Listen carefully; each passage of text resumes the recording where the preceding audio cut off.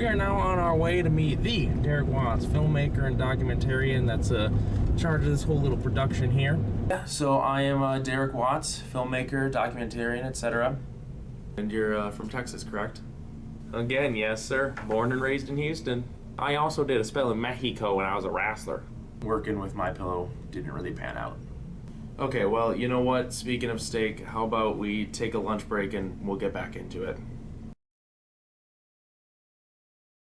Now we all got shares. And I can't believe in all the time we've been shooting this documentary, I haven't thought to include you in on this. So what do you think?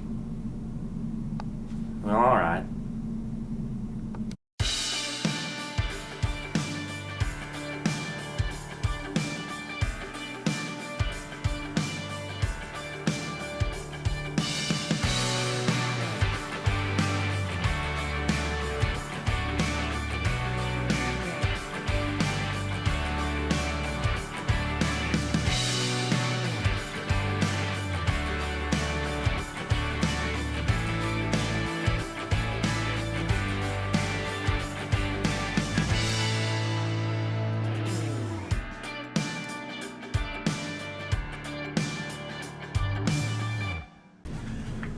Alright, gentlemen, let's get back into it, shall we?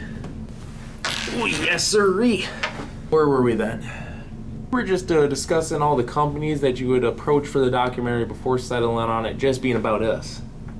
Alright, well, besides you guys and My Pillow, it was mainly just a lot of smaller companies. You know, the ones that were actually reaching out to us for the exposure, since those were the ones kind of taking the biggest hits with everything. Oh, and Xenix.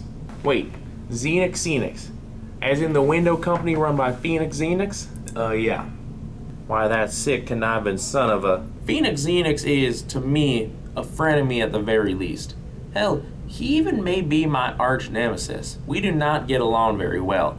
We can get the work done when it comes down to business, but we both know that the other's just faking smiles. I cannot believe that Xenix would want a part in this documentary. Well, I mean, I can't believe it. That guy would do anything for publicity, for money. Damn it, for just about anything. I didn't really think you guys would have ever crossed paths being in such opposite lines of work. Well, we've crossed paths all right. Let me ask you this. Did he become interested in the project after the news broke that we came aboard? Yeah, I mean, thinking back, I think it was after, but what does that have to do with anything? Because I bet you damn well that the only reason he reached out to join the documentary is because Felicity Oil and Chandon and I were a part of it. Hell, you could fly one of your cameramen over to wherever he's working right now and ask him. And I bet you anything that's the answer you'd get from him. Oh yeah, that's exactly why I joined. Anything you under douse the skin, am I right? Okay, well anyway, I really think we should get back into the interview.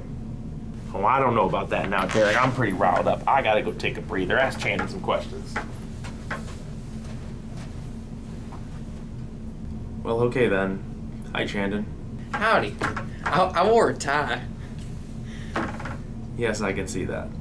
I was really nervous about coming here and meeting Derek and doing the interview and whatnot, so I went out and bought this brand new tie to give me confidence.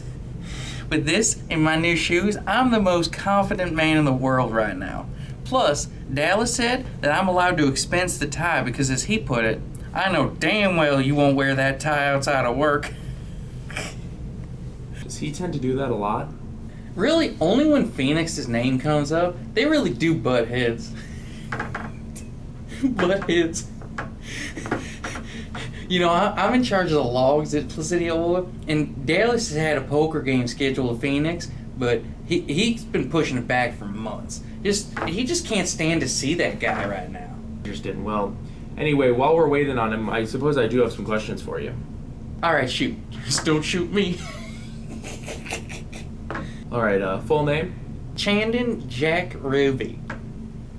And you're from somewhere down in Texas too, right? Yes, sir. I'm from Kennedy, Texas. It's kind of like the in-between point between San Antonio and Corpus Christi. And you haven't lived anywhere else besides here like Dallas has? No, I wish. I would love to do a spell down in Mexico as a wrestler like Dallas was. I think that'd be a lot of fun. I didn't know wrestlers and wizards had anything in common, but that's how Dallas always describes his time there, so there must be something in common. But I lived in Kennedy all through finishing school in the 8th grade, and then a few years after that, I moved to Houston, where I worked some odd jobs with before Dallas hired me at Felicity Oil, as you know.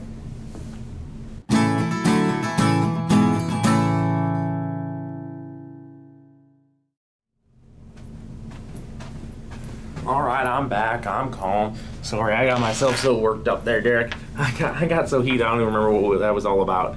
Oh, we were talking about Phoenix, boss. God damn it, Chandon. Oops. Okay, well, anyway, let's just move on from that. So what makes Chandon tick? Oh, I know this. Let me think now. It's the heart, right? Because a heartbeat? Oh, well, maybe it's a trick question. I don't remember if we ever learned this in 8th grade science class. No, I mean, like, what motivates you? What inspires you to do great work? What drives you? Oh, well, Dallas is my biggest inspiration in my life, whether it be my home or my work life. I just aspire to be someone as great as him one day. And he's what drives me, too. Because even though I wear this driving glove, you know, the states of both Texas and Wisconsin say I can't drive. Yes, I know about you not driving, Chandon. We've been over that already. Oh, right, because that was in the documentary. You know, I'm really glad you let me be a part of this. I'm really proud of my job, and I think this documentary is a great way that I can show that. My mom thinks so, too. Well, that actually segues into my next question. What's your family back home like? Well, I got my mom. Her name is, just Mom, I think. And I got my cousin Heather and my soon-to-be cousin-in-law, Dirk. I kind of like to think of Dallas as my family, too. Kind of like my second dad, because, you know, my dad left us when I was a teenager.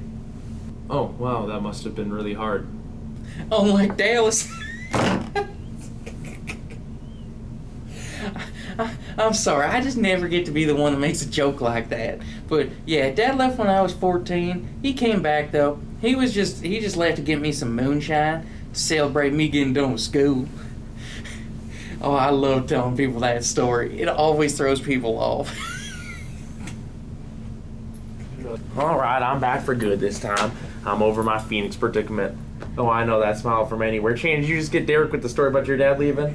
I sure did, boss. Oh, that is a classic. Did you get to the end yet? Oh no, I almost forgot. My dad died shortly after that. Cancer. Oh, I'm sorry to hear that. Yeah, we told him not to trust strippers. Classic. Man, I think there's only so much of you two I can handle in one day. I'm still here for the week, so let's find another day to finish this up. Chandon, I think I can trust you with finding some time in the logs. Oh, sure thing. Hey, that's my thing to tell Chandon what to put in the logs. No, I'm just joshing you. It was really good meeting you, Derek. Again, likewise, guys. I'll see you again later this week. All right, now, Chandon, when we get back to the campground, I'm going to drop you off at the office to pick up the mail. You can walk back to the side to break in those fancy new shoes of yours. All right, will do, boss. Man, that was fun. Derek turned out to be a really nice guy. We had a really fun day, too. It was a long one at that, though. Time to kick back and settle in for the night. Hey, boss, I went and picked up the mail from the office just like you asked me to. You just got this one letter. Oh, perfect, Chandon. Let's see what it is.